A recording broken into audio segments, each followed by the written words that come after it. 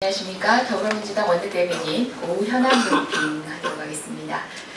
5가지 정도의 내용으로 말씀드릴 예정입니다. 오늘 오전 인사는 청와대발 불통선언이며 국민에 대한 폭력입니다.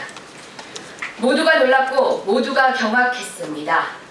백발이 성성한 노인부터 10대 청소년까지 연일 시국선언을 이어가고 최순실과 가신 집단인 정권의 부역자들은 박근혜 게이트에 대한 모든 책임을 대통령에게 미루고 있습니다.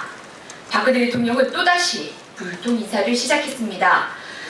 자신을 둘러싼 게이트 의혹을 희석시키기 위해 국민을 상대로 저급한 술수로 위기를 모면하고자 한 것입니다. 전 국민이 만연자실한 가운데 자신을 위한 정치, 부역자들을 위한 국정 운영을 단행한 박근혜 대통령의 독선의 종착역이 어디로 향할지는 점점 자명해지고 있습니다. 아무것도 할 수 없는 대통령인 것을 거듭 증명하고 있습니다. 더불어민주당은 총리 인선을 비롯한 오늘의 청와대발 인사를 절대 받아들일 수 없습니다. 국민은 드러나고 있는 박근혜 최순실 게이트의 실체에 연일 충격을 거듭하고 있습니다. 오늘의 인사는 국민에 대한 폭력입니다. 누구도 납득하지 않습니다.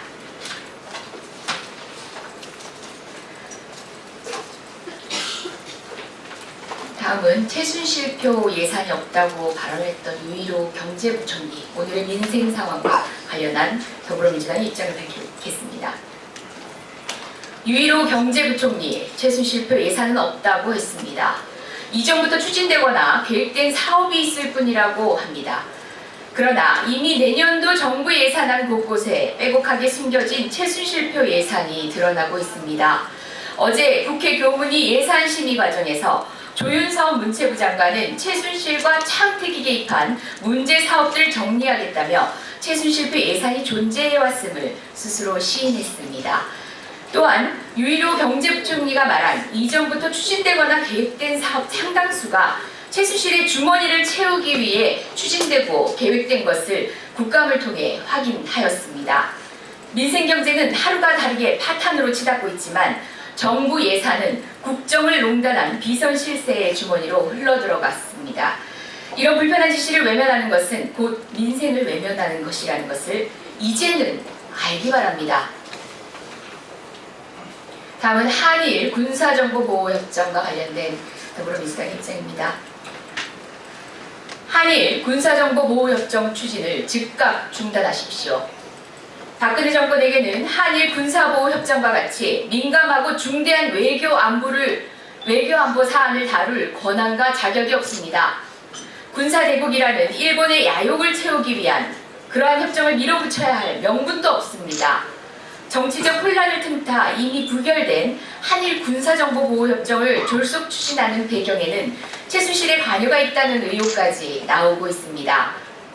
국민이 허락하지 않을 협정입니다. 이제는 만행을 멈추십시오.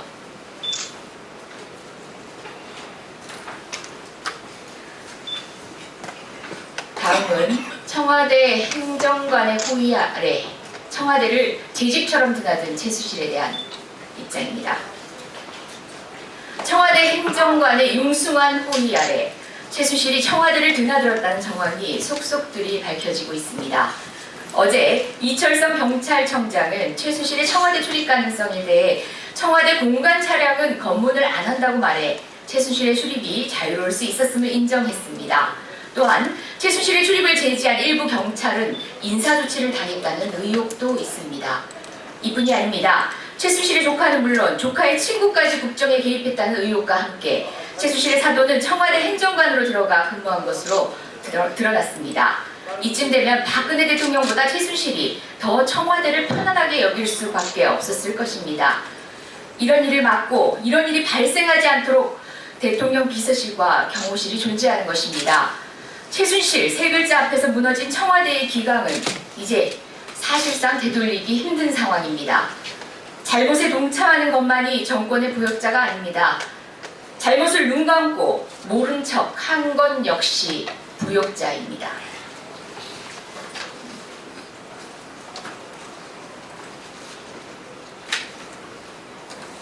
같은 내용입니다. 부역자들의 부인과 변명, 결국 박근혜 게이트의 끝은 박근혜 대통령입니다. 박근혜 게이트가 저윗 가격입니다. 대통령 아래서 이권 다툼과 재벌 갈취로 악의 다툼을 보인 최순실, 안종범 등 부역자들이 일제히 혐의를 부인하고 나섰습니다. 최순실은 내가 무슨 실세냐며 검찰을 다그쳤고, 안종범은 대통령과 최순실 간에 직거래가 있었고 나는 대통령이 시킨 대로 했다며 자신의 작은 꼬리의 불가함을 거듭 강조했습니다. 온종일 계속되는 청와대발 막장 드라마의 결말은 결국 박근혜 대통령을 향할 수밖에 없습니다. 최순실은 안 했고 안종범은 시켜서 했다면 대통령은 무엇을 이유로 국민 앞에 사과를 하고 어떤 연유로 청와대 수석들에게 사표를 받은 것입니까? 한자리대 지지율과 과반을 넘어선 국민의 하야 요구가 두렵지 않으십니까? 아직도 이번 일을 단순한 해프닝으로 가볍게 생각하는 박근혜 대통령의 비현실적인 현실의식이 애처롭습니다. 검찰은 애써 대통령은 수사 대상이 아니라고 항변하지만 이미 청와대에 대한 영장을 발부한 바 있습니다. 검찰의 대통령 감사기는 박 대통령 스스로 풀어내야 합니다. 대통령은 지금이라도 박 대통령 자신을 조사하라고 선언해야 합니다. 그것만이 남은 묘책입니다.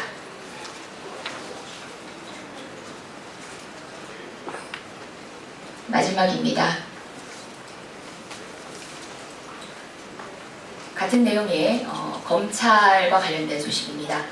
지난 10월 25일 국민을 가장 공분케 한 것은 2분짜리 녹화된 대통령의 사과 영상이었습니다. 국민에 대한 최소한의 이의도 일말의 양심조차 찾아볼 수 없었던 뻔뻔하게 녹화된 사과 영상을 지켜본 국민들은 최순실이 써주지 않으면, 코치해주지 않으면 사과도 하나 제대로 못하냐며 성의 없는 대통령을 비난하였습니다. 청와대는 대국민 사과를 녹화하였지만 검찰은 최순실 진술 녹화를 꺼버렸습니다. 어제 언론 보도에 따르면 검찰은 최순실의 검찰 조사 진술 녹화를 하지 않았다고 합니다. 최순실의 입국 경위도 모르고 있다가 몸이 안 좋다느니 하루에 말미를 주는 것도 모자라 맛있는 설렁탕까지 대접한 검찰이 카메라까지 꺼줍니다. 국민의 크나큰 분노로 대통령의 하야와 탄핵을 주장하는 사건에 있어서 조사 과정을 녹화할 카메라를 꺼버린 검찰의 사려 깊은 배려에 범인들은 탄복할 것입니다. 국민들은 한탄할 것입니다. 검찰의 무능하고 무책임한 조사야말로 특검의 필요성과 국정조사의 당위성을 그대로 보여주는 것입니다.